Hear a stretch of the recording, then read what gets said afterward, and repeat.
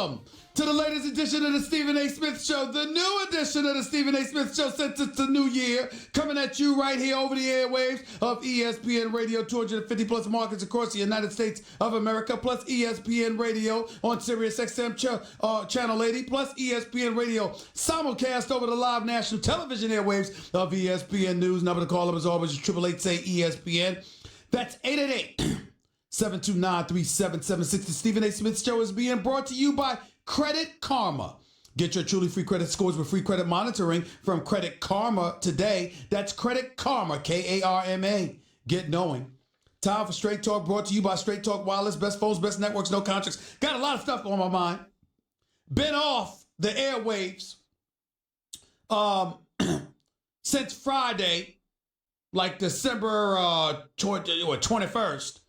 I've been gone pretty much the last 12 days or so. Happy New Year to everybody. Let's make 2019 even greater than 2018 was. Hope y'all all had an absolutely happy and wonderful holiday season. Wish you all nothing but the best.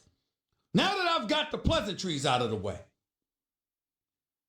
I couldn't wait to get back to work today. I couldn't wait to do the radio show. I know my man Jonathan and my man JC and others missed me. I missed y'all too, damn it. But I got a lot of stuff on my mind. You really, and by the way, and let me be very, very clear. Don't expect to hear a damn guest today. I'm not interested in talking to anybody. I don't want to guess. I don't want my time interrupted. I got a lot of stuff off my chest to get off my chest. I've been holding this stuff in for days. So for the entire 2 hours, with the exception of commercial breaks, which, by the way, I can do without sometimes. Let me be very, very clear. Don't expect to hear from nobody but me today. This is my time. Oh, I couldn't wait for the day. You really, really think I didn't have anything to say about all these firings that was taking place in the National Football League? I'll get to that in a second.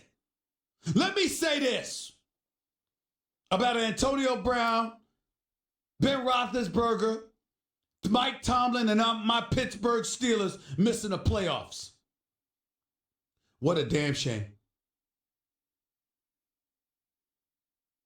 I mean, when you consider the fact that the Pittsburgh Steelers, with the offensive firepower that they have, even without Le'Veon Bell, Connor at your running back, even though he missed 3 of the last 4 games. Antonio Brown and Juju Smith-Schuster, 2 number 1 wideouts. You got Eli Rogers who can ball too. You got Vance McDonald and Jesse James at the tight end spot. You got a stout offensive line. You got a 2-time Super Bowl champion at your quarterback spot. You're playing within an AFC North division that you were up by at least 2 games with a 7-2-1 record after winning 6 straight. Only to flop over the last 5 or 6 weeks of the season, ending up with only 9 victories on the season, losing 4 of your last 6 games, and losing in a division where a rookie quarterback, Baker Mayfield, was one guy, and the other guy was a rookie in Lamar Jackson, and the other team were the hapless Cincinnati Bengals, who finally came to their damn senses and got rid of Marvin Lewis. You're the Pittsburgh Steelers with that roster, and you don't make the playoffs?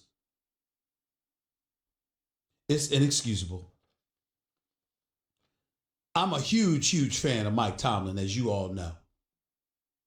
No, I do not believe for 1 second he deserves to be fired. That's just unbelievable that people would even come with that nonsense.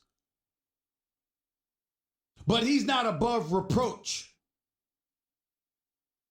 You can criticize him while still supporting him. And that's exactly what I'm going to do today. Mike Tomlin didn't do a good job this year.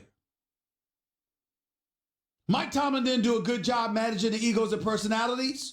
There were times he didn't do a great job with the play calling, like going for it on a 4th and 5 against New Orleans, while at the same time taking the ball out of big Ben Roethlisberger's hand. You're going to go for it on 4th and 5. You need to put it in Ben Roethlisberger's hands instead of a fake punt. field goal kicker you're stuck with, despite the fact that he was sticking up the year all year long? I mean, don't even get me started. But I would tell you this. Despite him dropping the ball and not doing the kind of job we would expect of him, there's no excuse for the way that Antonio Brown reportedly has conducted himself. Now, I know to Antonio Brown, and there's several occasions I've spoken to Antonio Brown. So in the interest of full disclosure, I want y'all to know that. Yes, I did speak to him over the last few days. And he does not look very good.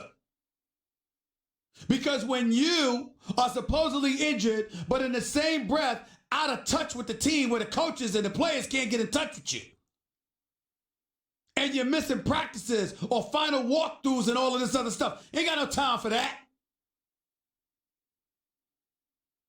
Can't happen. It's unprofessional. But let's be clear. Antonio Brown is not devoid of his frustrations. Big Ben Roethlisberger,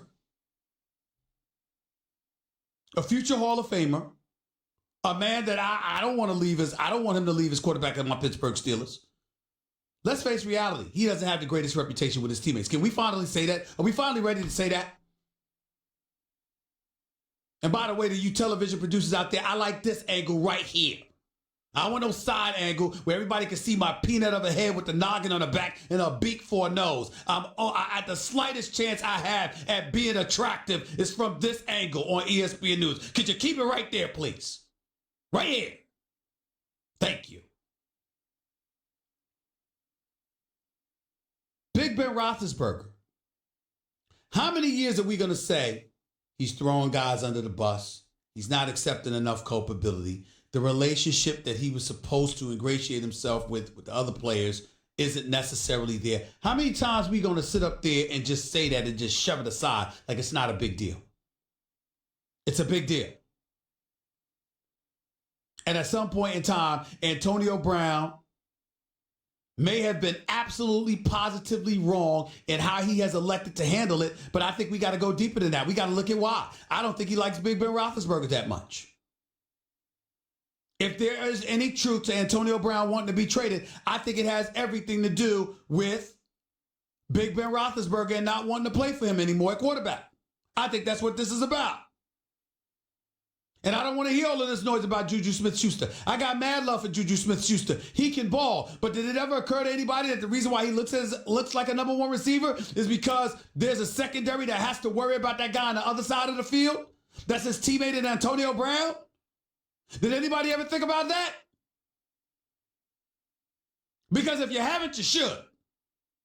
Antonio Brown, for these idiots out here, flat out flagrant idiots who want this guy to be traded, let me remind you, we're talking about a guy that has had a minimum of 101 receptions per season over the last 6 years.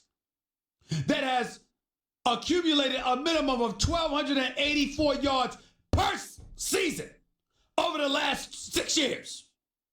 That is universally recognized as one of the top 2 receivers in the NFL consistently over that period of time. That led the league with 15 touchdowns this year. And he don't need to be a part of your team because of your feelings? What the hell are we running here? What kind of clinic is this? Last time I checked, if you're a high-end producer, figure it out. What's the last, what it comes to my mind, the last time something like that was tried was when the Philadelphia Eagles elected to let go of T.O.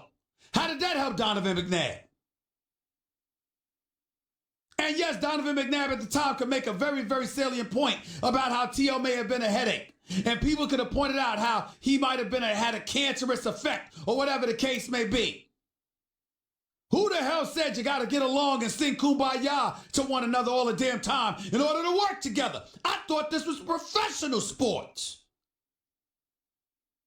This ain't college. This ain't high school.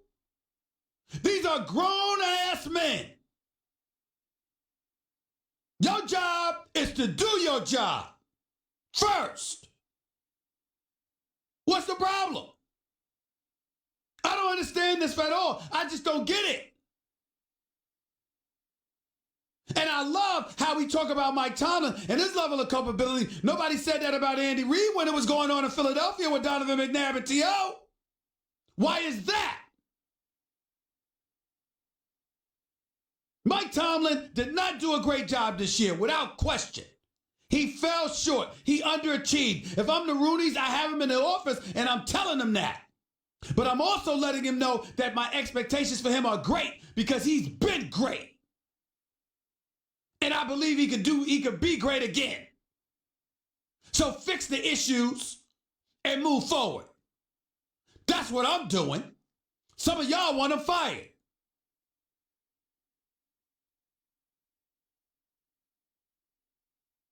But when T.O. and Donovan McNabb was getting into it and Andy Reid was the coach, nobody said anything.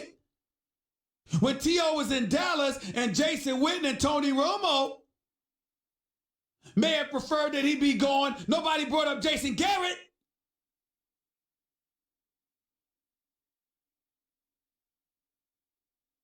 So why we got to bring up Tomlin when it comes to Big Ben and Antonio Brown?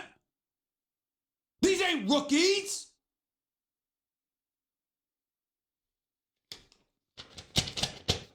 Say ESPN. It's 888-729-3776. Let me go a step further and get into something that I want to get into.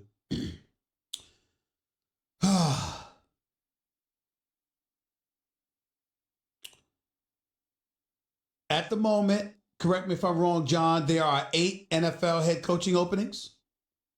That would be the Cleveland Browns, the Green Bay Packers, the New York Jets, the Denver Broncos, the Miami Dolphins, the Tampa Bay Buccaneers, the Cincinnati Bengals, and the Arizona Cardinals. Ladies and gentlemen, let me state for the record, I don't have a single problem with a single firing that took place. In Cleveland, let's call it what it is. Hugh Jackson needed to go. I think Greg Williams actually did a good job and deserves consideration for the head coaching job. The Green Bay Packers, Mike McCarthy, listen, the man knows football.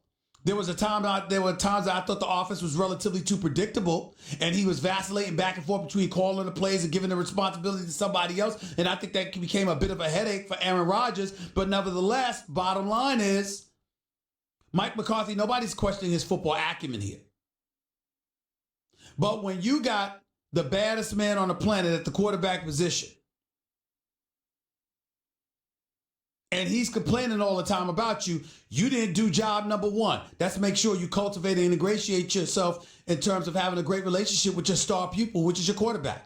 Inexcusable, particularly if you're an offensive-minded coach. And that is what Mike McCarthy did, which is why he deserved to be out. I love Todd Bowles. I truly do. Good man. And I am not qualified to sit up here and tell you from an X and O standpoint all the nuances of what he did wrong. But I do know this. This kid, Jamal Adams, is a dog.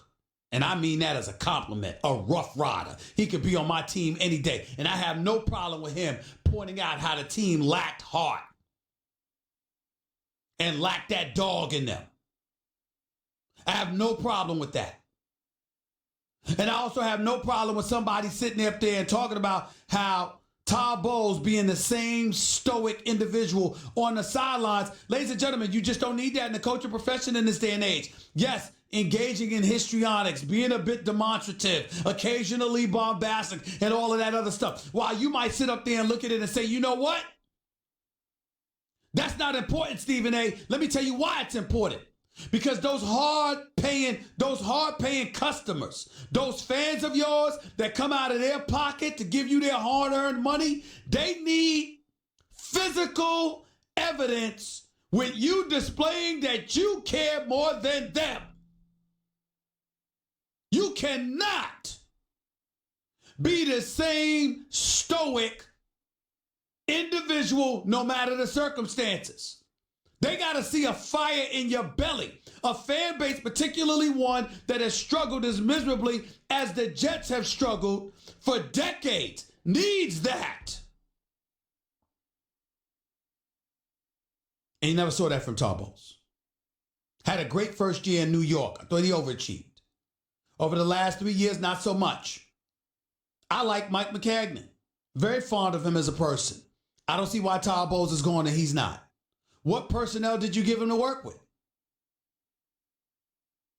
I mean, you could make an argument the Jets didn't even have a number 2 receiver, let alone a number 1. So that was problematic in and of itself. Let's go to the Broncos.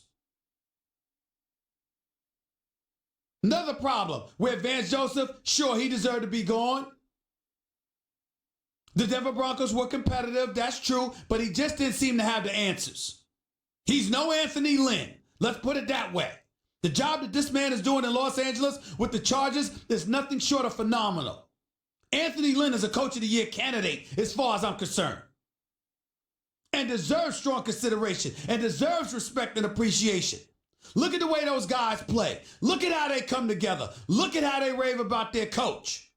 Sean McVay ain't the only one being loved in Los Angeles by his players, just so y'all know. A team with an experienced quarterback that's been through a number of trials, and Phillip Rivers seems to love this man. And they're winning.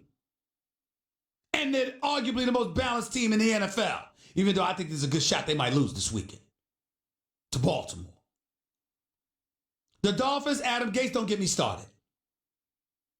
The Dolphins, I'm so disgusted with the Miami Dolphins and who they have been with Ryan Tannehill. I ain't gonna lie to y'all. I might follow the cheerleaders. I might fire the cheerleaders.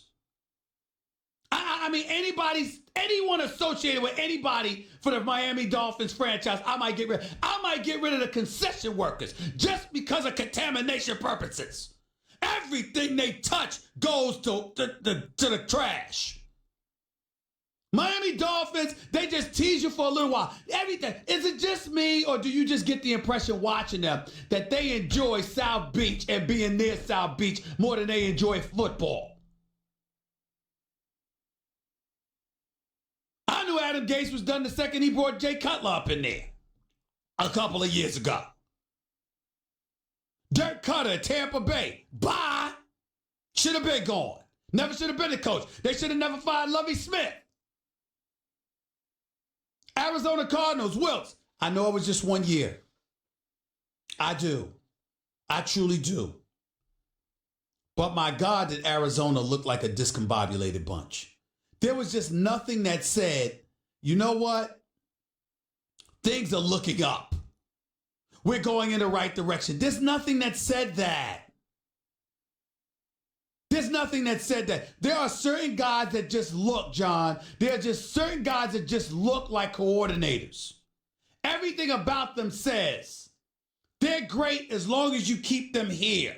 But the minute you allow them to spread their wings and branch out, there's something that's missing. I don't know what it was. I'll have my football analyst on tomorrow and next week to highlight that. But when I saw Wilkes in Arizona, I didn't see it. I know you couldn't find a quarterback. I get it. But I just saw nothing. I think in Denver, I think in New York, and I think in Arizona, because I got a real problem with what they gave Wilkes to work with. I think if the coaches went, the GM should have went too. But this is not a day for me to say that I got a problem with any of the firings. I'm going to tell you what I do have a problem with.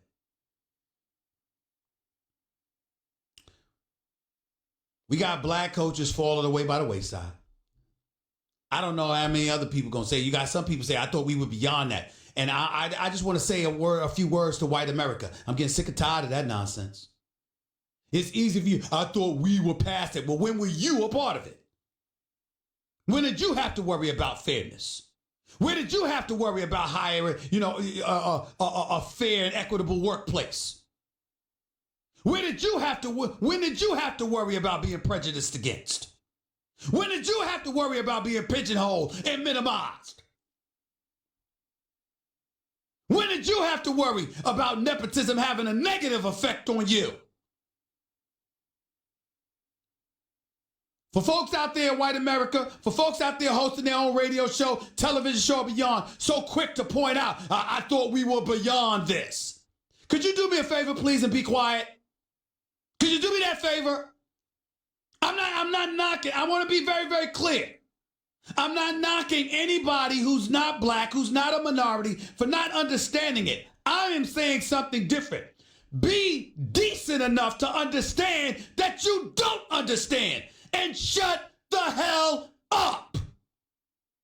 You don't understand. You don't get it. Mike McCarthy has barely had a chance to pass gas, and he's already being interviewed for the. You couldn't win the last 8 years with Aaron freaking Rodgers as your quarterback. And everybody in New York talking about how he could be the guy to uplift Sam Darnold. Well, you couldn't win with Aaron Rodgers over the last 8 years. Aaron freaking Rodgers. But you the answer for Sam Darnold.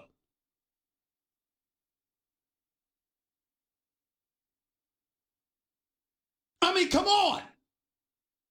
We got a league that's 70% black players. We now have 2 black coaches. There's 32 jobs. 2. Anthony Lynn and Mike Tomlin. 2. Ozzie Newsome for the Ravens is stepping away. We're going to have 1 black executive? Really? Really? This is 2018. 19, I'm sorry. Hey, John, can I ask you a question? America, can I ask you a question?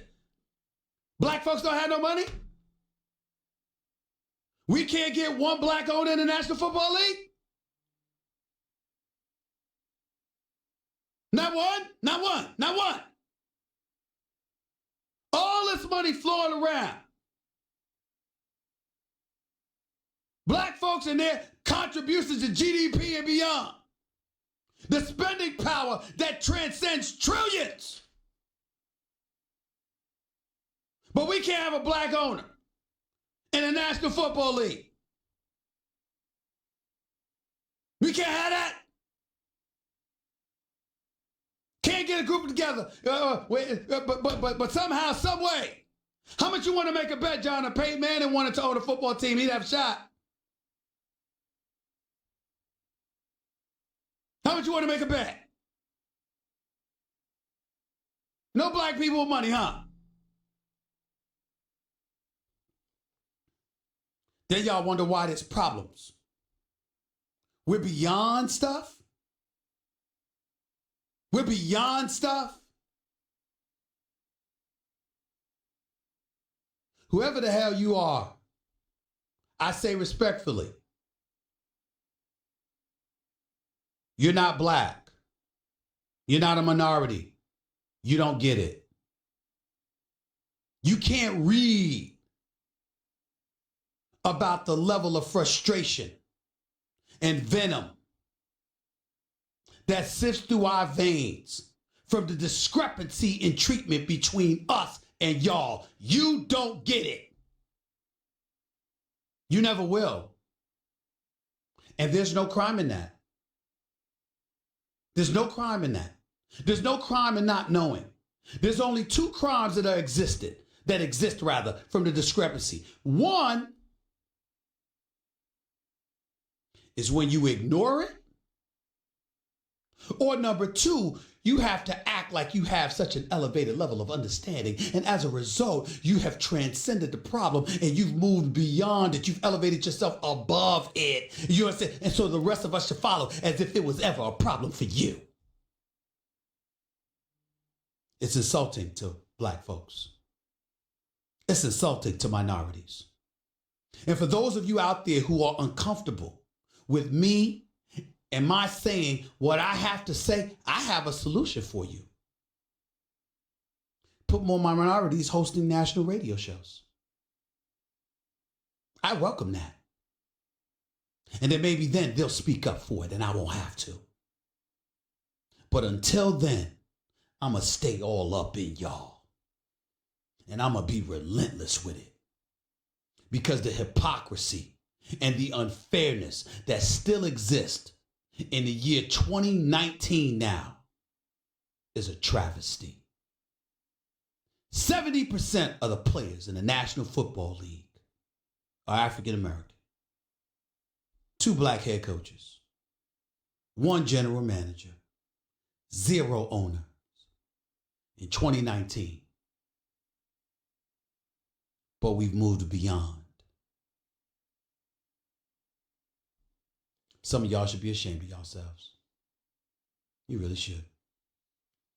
888-SAY-ESPN. It's 888-729-3776. It was Straight Talk Wireless, nationwide coverage in America's largest and most dependable 4G LTE networks. By the way, Peloton's a game-changing indoor cycling bike that brings the energy of live studio classes right to your home anytime you want, winter or summer, rain or shine. I'm trying to keep my cool. I really am, because this stuff is hard to take.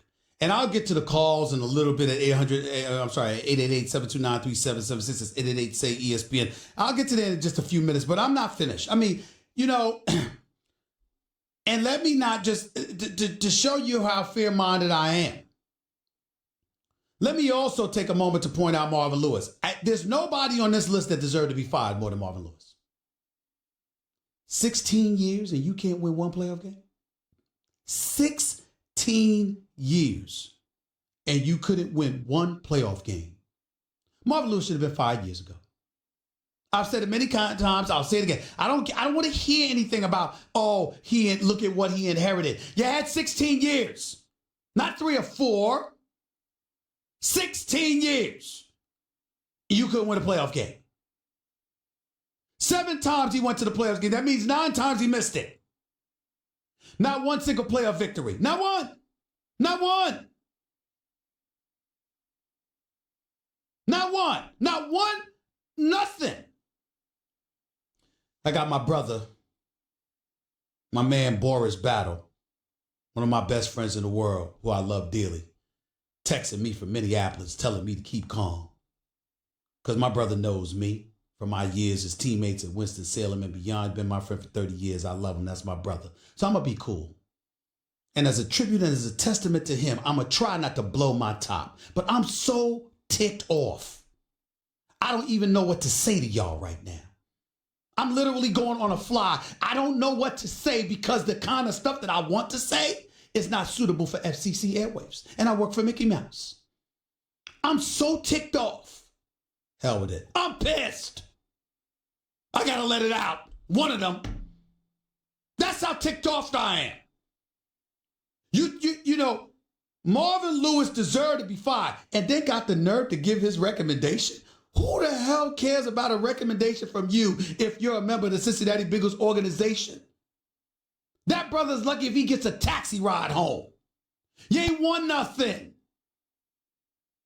I understand you got him to the playoffs 7 times, and that's nothing to sneeze at. But for 16 years, you couldn't win a single playoff game, and you got the nerve to open your mouth talking about you going to give Hugh Jackson a recommendation. I like you. Had him on First Take, my television show on ESPN, every weekday, 10 a.m. to noon Eastern, 7 to 9 a.m. Pacific. The man was 36-1. That's a .088 winning percentage. Do you have any idea how atrocious that is? Love you. Want him to get a coordinator's job. Head coach? No. Not now. No. Marvin Lewis, he deserves to be a head coach somewhere else. My issue with him was being kept in Cincinnati. What did you mean? What are you saying to the Cincinnati fan base? If you bring somebody back year after year after year that can't win a playoff game, what you're saying to them is shut the hell up, give us your money, and watch the football games. That's what you're saying. The Cincinnati Bengals organization, for more than a decade, gave Cincinnatians the middle finger. They said, to y'all. That's what they did. That's what they did. Until they finally got rid of Marvin Lewis. If Marvin Lewis gets a job anywhere else in the National Football League as a head coach, I won't say a word. Because I know the man knows football. And he's accomplished enough to deserve a head coaching job somewhere. So I'm not going to sniff at that. I was talking about him in Cincinnati. You can't have the same man there can't win a playoff game and keep him on the job like that, like it's no big deal. You robbing people when you do that. And that's what Cincinnati did. But let me give you an indication of what might be the biggest robbery that's taken place. Let me say this. And I want to preface my comments by saying this is tough coming from me. Because the man that I'm about to talk about is somebody I have profound respect for in terms of his work. I don't know him personally.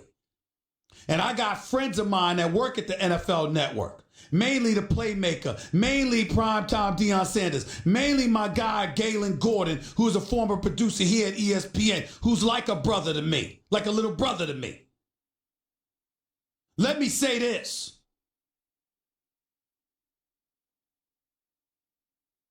I'm getting sick and tired of the kind of stuff that I'm seeing. This kind of nepotism. See, this is where racial dynamics come in, ladies and gentlemen.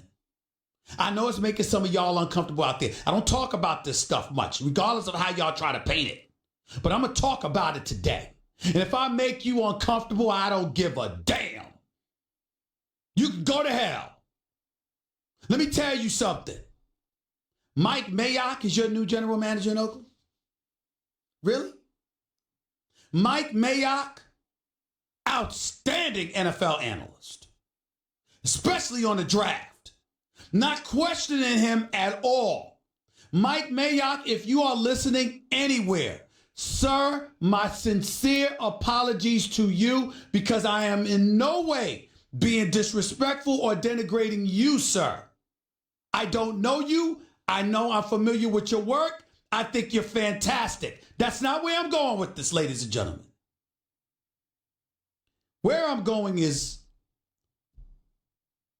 Mike Mayock has never held a position in an NFL front office. Ever. Ever. Reggie McKenzie's gone and he's now John Gruden's GM because they're friends. John Lynch, Super Bowl champion, who was also doing broadcast work in San Francisco. Garoppolo doesn't get hurt. The San Francisco 49ers have a better season than they had. I get it. There's something to be said about John Lynch being gift-wrapped Jimmy Garoppolo by Bill Belichick. Okay, that's fine. Ladies and gentlemen, very, very simple question. Same way along the lines of the 70% black NFL league, with only 2 black head coaches now, only 1 black general manager, 0 minority owners, 0 black owners. Oh, by the way, in an age where the Rooney Rule is supposed to be in existence. And I don't even know whether the policy is being honored. That league.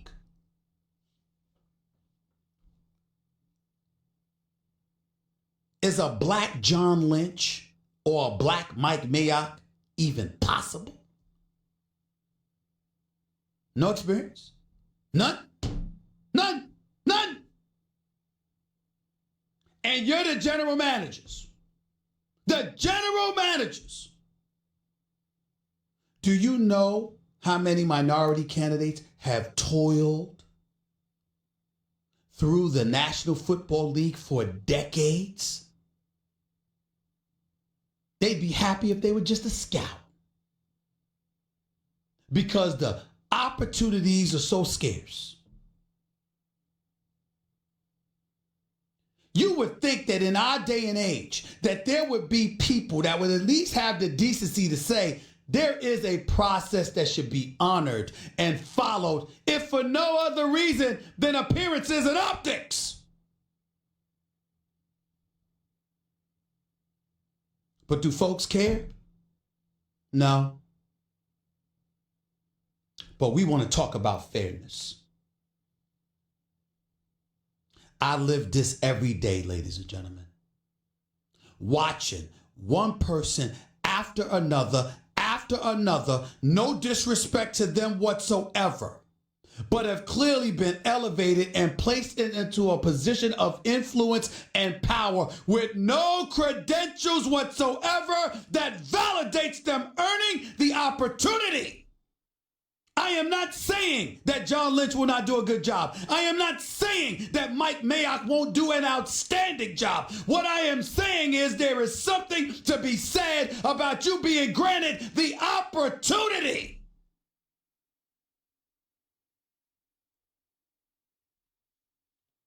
Opportunities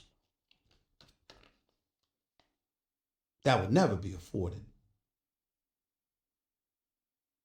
to a minority. But we moving forward in 2019, huh? We were beyond all of this, huh? All right. Sure. 888-SAY-ESPN. That's 888-729-3776. ESPN Radio is presented by Progressive Insurance. Customers who switch to Progressive can save an average of $668. Call or click today and find out if we could save you hundreds on your car insurance. I have no doubt that I'm making people, even at this very, very network, uncomfortable with this conversation. To my bosses who support diversity and who support diverse opinions and obviously support me by having me in this position, I thank you and I appreciate you. To everybody else, I don't give a damn how you feel. If I'm making you uncomfortable, that's the one thing I have to smile about right now. Go to the break. Be back in a minute. Need game tickets? Find your seats at Vivid Seats. With you over the airways of ESPN Radio, simulcast over the live national television airways of ESPN News, also placed on the airwaves of SiriusXM Channel 80. Number to call up as always is 888-SAY-ESPN. That's 888-729-3776. Once again, Happy New Year to everybody. 2019 is here. Hopefully it'll be better than 2018, which was pretty damn good for me personally. Just wanted to point that out. By the way, Stephen A. Smith Show also being brought to you by Vivid Seats app. It's easy to find awesome seats to any game. Download the app and enter promo code CHAMPS at checkout to get 10% off your first order. So just wanted to make sure I point all of that stuff out. Plus, ESPN Radio is presented by Progressive Insurance. Customers who switch to Progressive can save an average of $668. Call or click today and find out if we can save you hundreds on your car insurance. One of the other things, before I get into the games themselves, let me say this. Ladies and gentlemen, getting back to what I ended the first hour talking about, you know, the Mike Mayocks of the world being a GM, the John Lynches of the world being a GM, and everybody's acting like it's not a big deal. Can I ask y'all something? Hey, John, can I ask you something? JC, can I ask you something? I know I got a pretty damn good job here. My apologies to the Dave Roberts, Norby Williamsons, Connor Shells, Jimmy Pitaros of the world. But y'all mind, since the Mike Mayocks of the world and the John Lynches of the world are getting hired. Yo, New York Knicks, you want me to be the president of basketball operations? No, why not, y'all? Y'all wouldn't have a problem with that, would y'all? And no Steve Mills, I'm not trying to put Steve Mills out of a job. Let him run Madison Square Garden.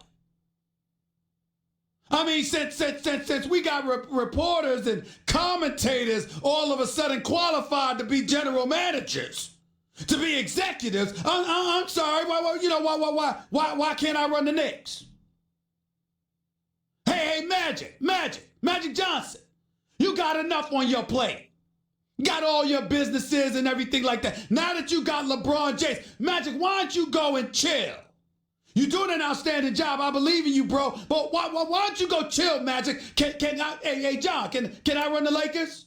Jeannie Buss. I'm sorry. Can I be president of basketball? I mean, since reporters are getting hired to run operations, right? And y'all don't find it to be a big deal. No experience in a front office whatsoever. None. But since y'all don't have a problem with it, and when my man Carlton in Tampa gets on the phone, because I know he's going to call like he always does, I'm going to ask him, can I be president of basketball operations for the Lakers or the Knicks, please?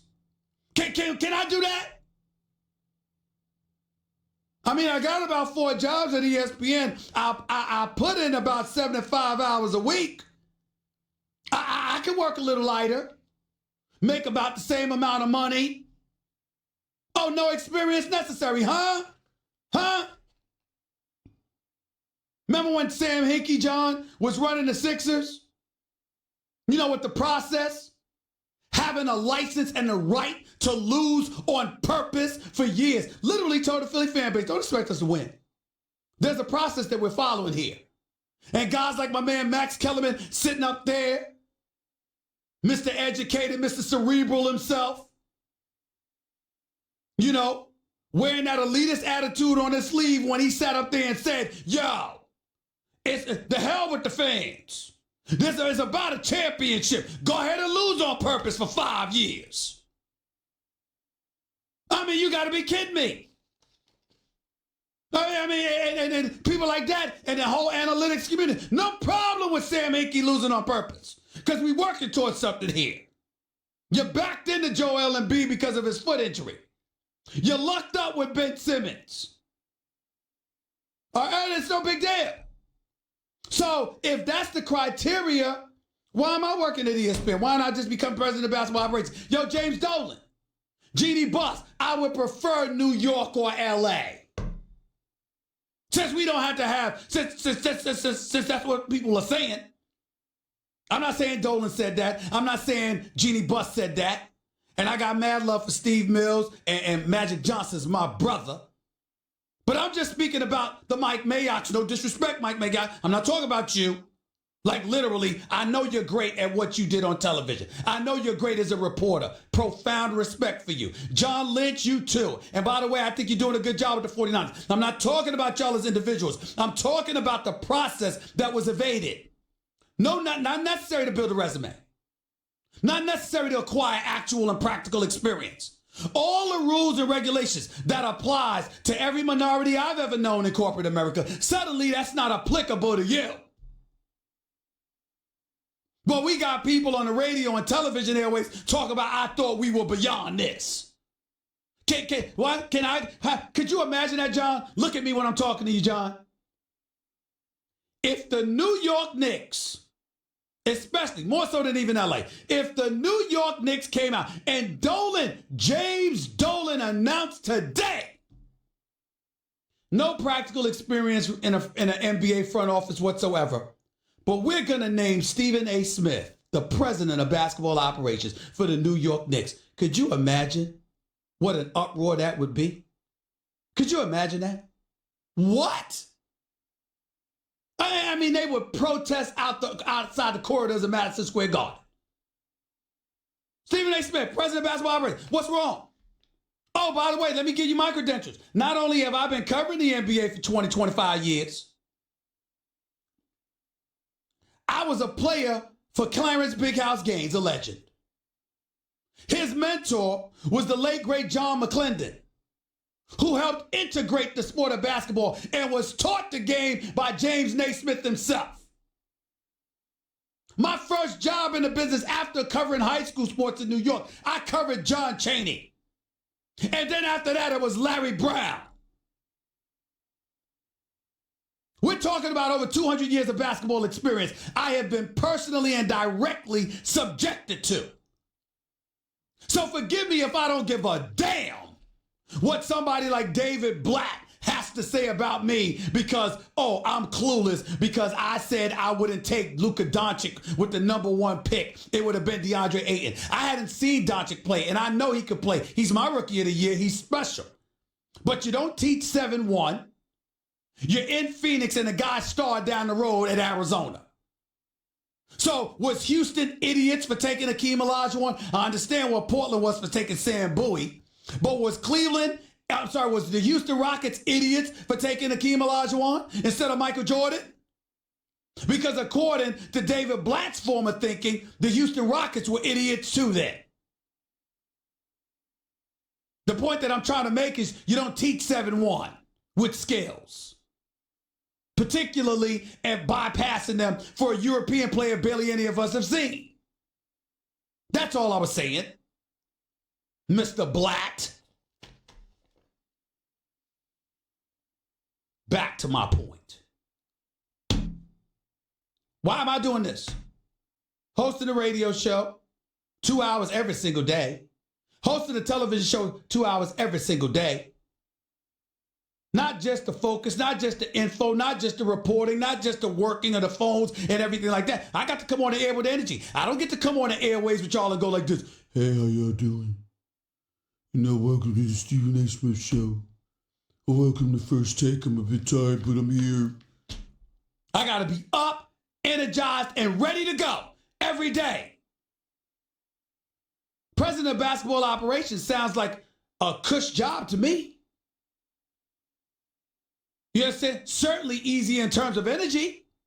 With the exception of the NBA trading deadline, when do you really have to expend any energy? But how would New York react? How would LA react if I was a Mike Mayock or I was a John Lynch? We know the answer to that question. But y'all don't say nothing when these guys get the opportunity with no resumes of front office experience in the NFL, do y'all? But I would be playing a race card. Y'all are sickening. Mike Mayock, John Lynch, again, my apologies to you. You're just the example. You're not the problem. I'm not pointing about you. I'm not talking about your resume. I'm not talking about your credentials in terms of your football acumen or anything like that. Mike Mayock, I wish you nothing but the best. Thank you for the great job you did for the NFL Network for years. Thank you. John Lynch, you outstanding calling games. Wishing you nothing but the best. I have no issue with either of y'all. I'm only talking about a process that you were allowed to bypass that black folks have never given the luxury of doing. Ever. 888-SAY-ESPN, 888-729-3776. It's flat out discrimination. John Gruden doesn't coach for 10 years. Calls Monday Night Football games for us. Did an outstanding job. Gets a $100 million contract. He's paid more than Bill Belichick. Incentives that drive it to $120 million, according to what I've been told. Goes in there, moves out Reggie McKenzie, gets him right out of there, and hires his boy. Y'all don't say nothing.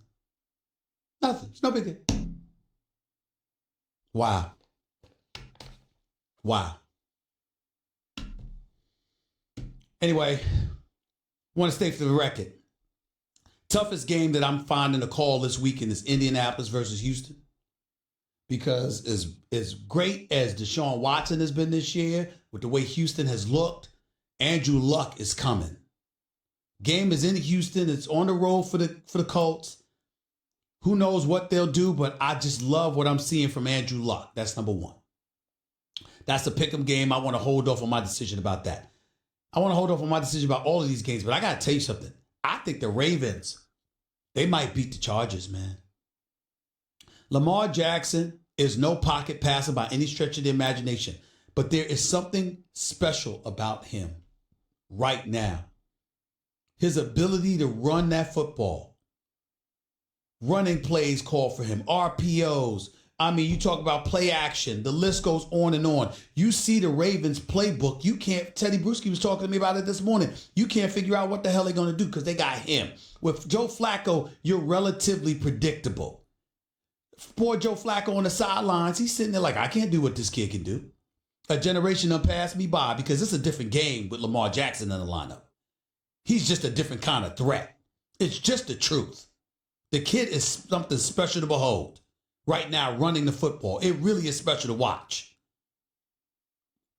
As it pertains to Philadelphia and Chicago, that's the only game I'm definitive about. I'm not giving Philadelphia any chance to win this game at Soldier Field. If it were in Lincoln Financial Field in Philadelphia, that would be different. You ain't beating Chicago in Chicago. Unless Mitchell Trubisky throws 3 interceptions, 4 interceptions, and looks like straight garbage, I cannot see, even though that's not beyond the realm of comprehension, I cannot see the Chicago Bears losing this game to the Philadelphia Eagles. But I have to confess to you, there is an agenda, y'all. Are you ready for this, John? There is an agenda, and it's a special agenda. It's my personal thing. Because you see, I could see Seattle beating Dallas this weekend. But I'm almost hoping they don't. just so Dallas would likely have to go to New Orleans with Drew Brees and them to avenge that beatdown they took at the hands of Dallas weeks ago. Because my God, Dallas at the Superdome against Drew Brees and the crew, my condolences. Boy, would they get them back. But I tell you something else I'd be interested in too. Because Dallas, let me tell you how Dallas can get to the NFC Championship game. They can beat Seattle, and then with Philadelphia, okay, if Philadelphia were to beat Chicago, right, then Dallas would go to LA and play the Rams without Cooper Kupp and with a hobbling Todd Gurley. That would be interesting. And I don't care what anybody say. That's like a home game for the Cowboys, because I bet you just as many Cowboy fans would be in Los Angeles as would Rams fans. So it's getting very, very interesting. We shall see. 888-SAY-ESPN. It's 888-729-3776. Also revisiting my first subject, I am not absolving Antonio Brown in any way.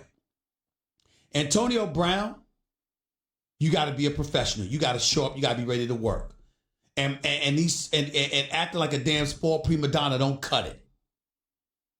But I'm not absolving Big Ben Roethlisberger either. Because Antonio Brown is not fond of that brother. I'm telling you what I know. He's not fond of Big Ben Roethlisberger. He's not. I'm telling you what I know. And in the case of Mike Tomlin, a coach that I'm incredibly fond of, he dropped the ball this year. Didn't get it done. Didn't do a good job. Should he be fired? Hell no. Absolutely not. But he should be put on notice that he needs to do better. And there cannot be another season like this in Pittsburgh, because we have a tradition and a standard here that I believe this year was violated by how that locker room acted. And that's under Mike Tomlin's watch. And they should be ashamed of themselves for acting that way. But he's got to handle that. 888-SAY-ESPN. It's 888-729-3776. Let's get to the phones. Mo, you're live with Stephen A. Talk to me. All right. Thank you. The Antonio Brown. Yes, sir. The problem I see as a longtime Steeler fan is gone are the guys, Hines Ward, Brett Kiesels, Alan Fanekas, the leaders. And okay. the two guys who are the highest paid, the best players on the team aren't the leaders, in Ben and Antonio. Okay. And it falls back on Mike Tomlin because he is too much of a player's coach and did not put the hammer on Antonio with the Facebook Live. That's all I got. Well, let me ask you this question. Did the Facebook Live happen again after that? No, sir. So how do we know he didn't put the hammer down? It never happened again. If you look at the incidents with Antonio and the tantrums and not being there for the team. Well, this week that happened, but usually the tantrums, that's par for the course. There's a lot of tantrums that go on in the NFL. Yes, sir. And I think a lot of it had to do with Antonio and Big Ben. I really do. And what I see is Antonio took it personal when the team did not make him the MVP. Well, listen, I will tell you this. Antonio Brown clearly doesn't like folks talking about how Juju Smith-Schuster's the number one instead of, but what he's not getting is that no one said he wasn't a number one. The other thing that Antonio Brown needs to recognize also is that he was targeted enough without question.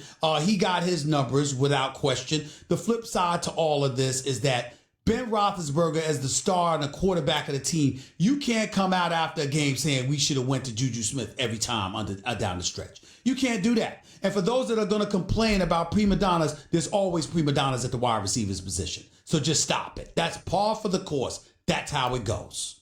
Before I go, can I say one more thing? Real quick, go ahead. When he called Ryan Clark and Uncle Tom. Yeah, I didn't know about that until about 2 hours ago, bro. I missed that. I didn't know that. His point. He proved Ryan Clark's point. You know what? Yes, you're absolutely right. Let me assure you, ladies and gentlemen, Ryan Clark is not just a colleague, he's a friend. You can call him a lot of things. You can't call him that.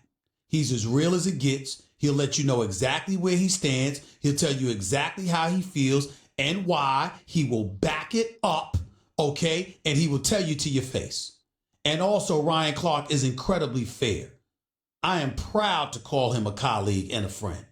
And Antonio Brown damn sure crossed the line when he said that, because that is not true. It is unfair. It's wrong. It's uncalled for. And on top of it all, listen, it has no foundation in truth whatsoever.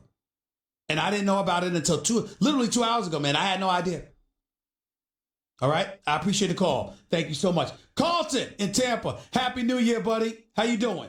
I'm good. Stephen A. Smith, you do not want to have to deal with LeBron James, and all of his shenanigans in L.A. But if Steve Mills or Scott Perry can't turn around the Knicks, I'll second you as being the new general manager or president of operations. Carlton, you understand my point, right? I mean, if you don't have to have a resume or any experience in a front office to get jobs, how come I can't be a president of basketball operations? See my point? I don't know why you couldn't. Yeah. But quite frankly, I want to see if we can get this discussion back on the rails, because I think you're going off the rails a little bit here with this, tirade about the loss of all these black executives. Rick Smith, the general manager of the Texans, left for personal reasons. His wife, was No. I didn't. Hold on, Carlton. I didn't say anything about the loss of black executives. I said you have coaches that have been fired, and then I got the numbers. I said in this day and age, 2019, 2 African-American coaches, 1 GM, and 0 black owners. I didn't say anything about black executives losing their jobs. I said those numbers, that's not emblematic of progress in the National Football League. That's what I was saying. Rick Smith and Ozzie Newsome are voluntarily left, and they were black GMs. And we need to see who replaces them. Out of the 5 black coaches that lost their jobs, come on, Stephen. You know that Hugh Jackson and Marvin Lewis. I said every one of them. I said every one of them deserved to lose their job. But what I said was 3 of them, the GM should have been going to. That's number 1. And number 2, you can't have situations where you got the John Grudens of the world that are allowed to hire guys that have no experiences while booting Reggie McKenzie out there like that. It's a bad look to me. McKenzie was 39-70 as the general manager for the Raiders. And I disagree with you that all 5 of the black coaches should have lost their jobs.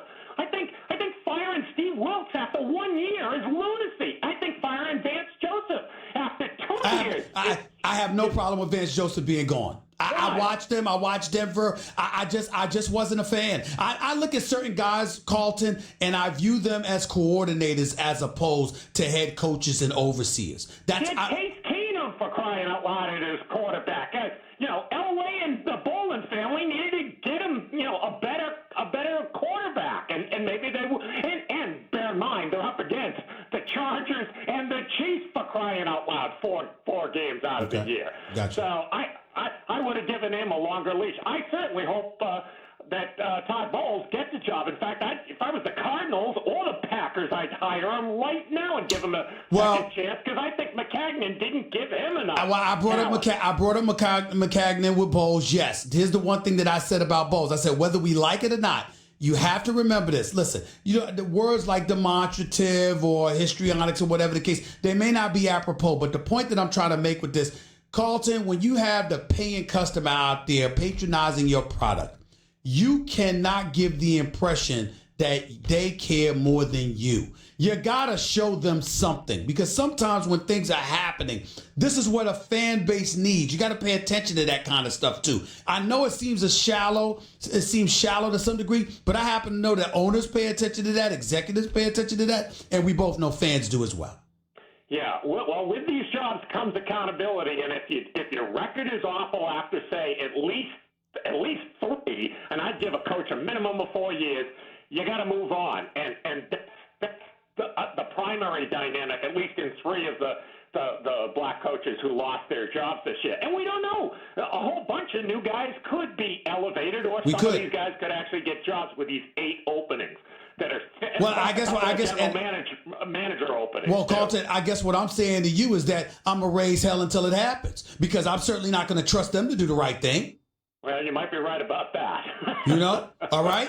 But one last other thing. Yep, Initially, I called up to talk about the Steelers, but I got sidetracked by your early 2019 rant there, which I thought quite interesting. That's this Steelers thing. This Steelers operation went off the rails because of Le'Veon Bell, and it just emboldened Antonio Brown to go do what he has already done a couple of years before Le'Veon Bell ruined this season by wrecking the start of the Steelers season for his 4th year in a row. He got suspended for 2, back in 50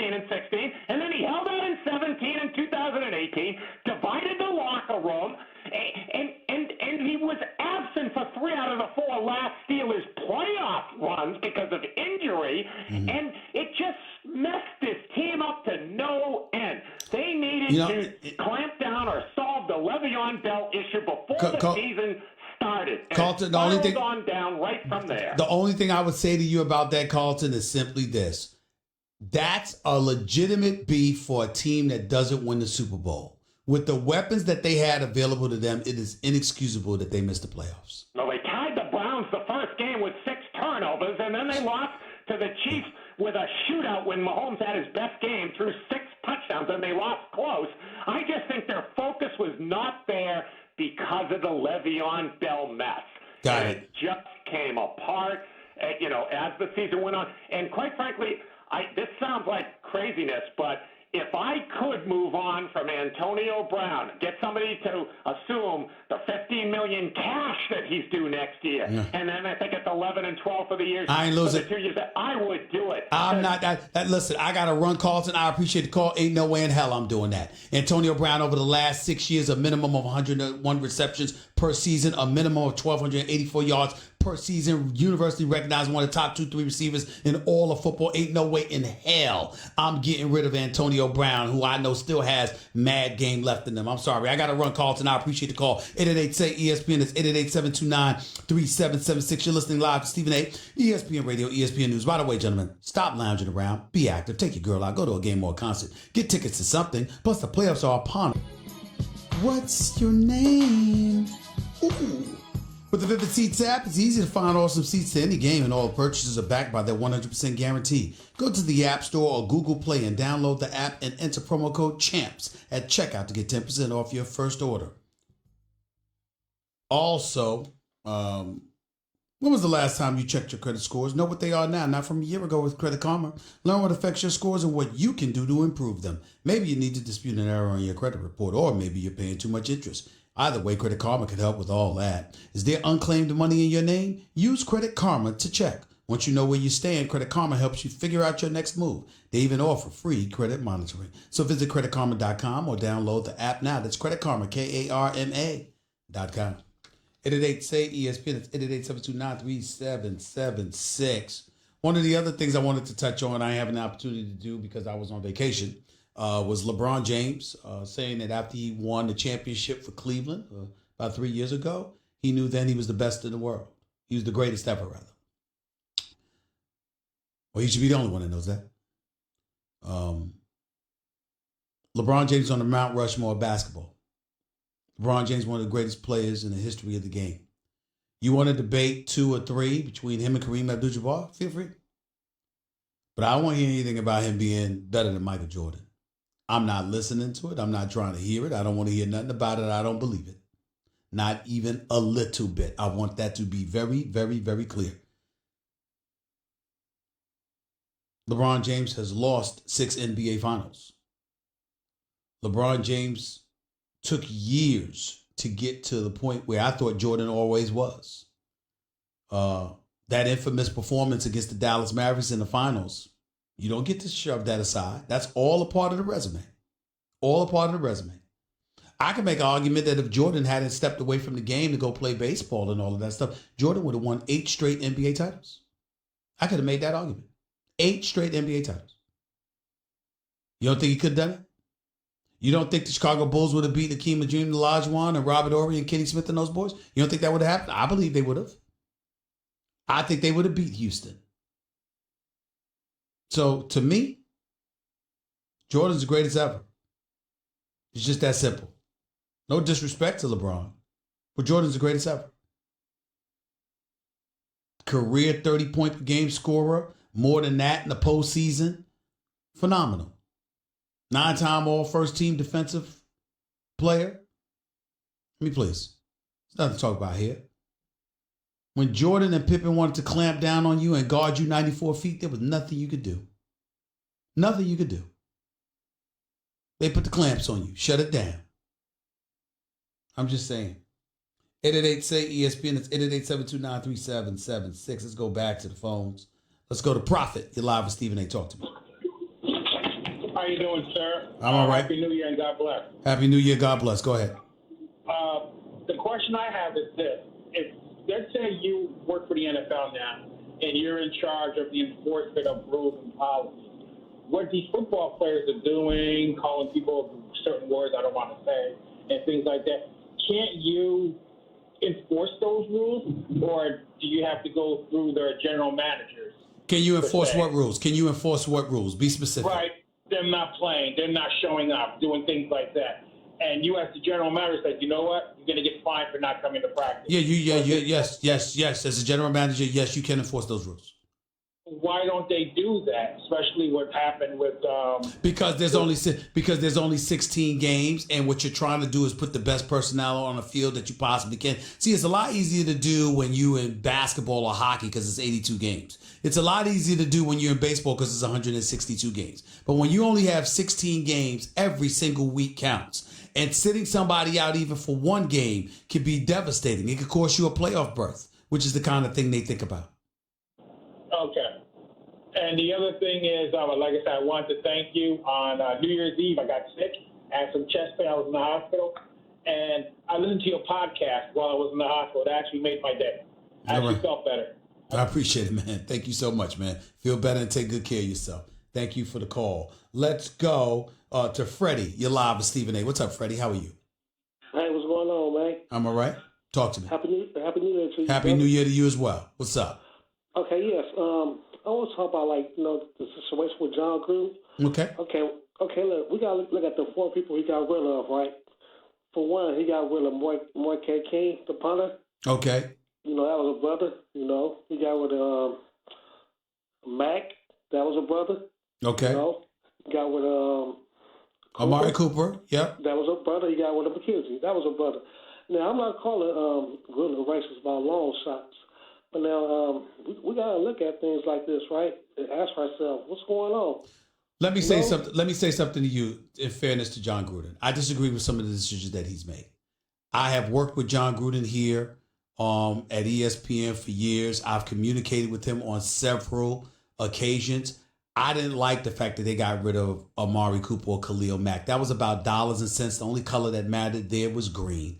And I can tell you right now, never in my experiences personally with John Gruden in any way speaks to anything racist or anything like that. So I'm not trying to go that route with him at all. He's a good man, high character individual, principled man that believes in just a natural football guy, bleeds football and talks. He doesn't give a damn what color, what race, ethnicity you are. He don't care about that. He cares about football. I still disagree with the decision to get rid of those players. I think that was more about Mark Davis and his finances than anything else. The Reggie McKenzie thing, I don't believe that had anything to do with color either. I'm not pointing the finger at decisions that are being made based on race. What I'm saying is that the ultimate effect that it has is of a minority community that know that there's different rules for different folks.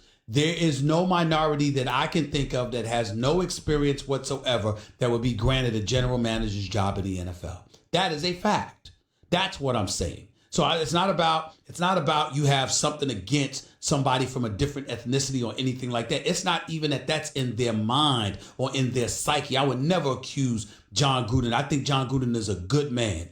He's a damn good man, and I think he's a hell of a football mind, even though I don't think they did that great of a job this year in getting rid of the players that they've gotten rid of. I'm talking from a macro perspective, systemically.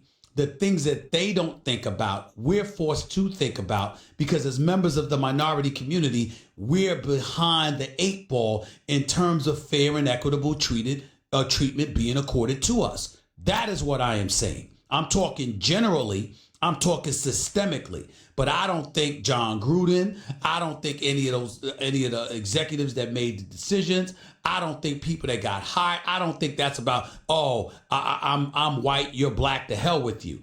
I think that decisions are being made because there's a lot of nepotism, relationships, friendships that have taken place.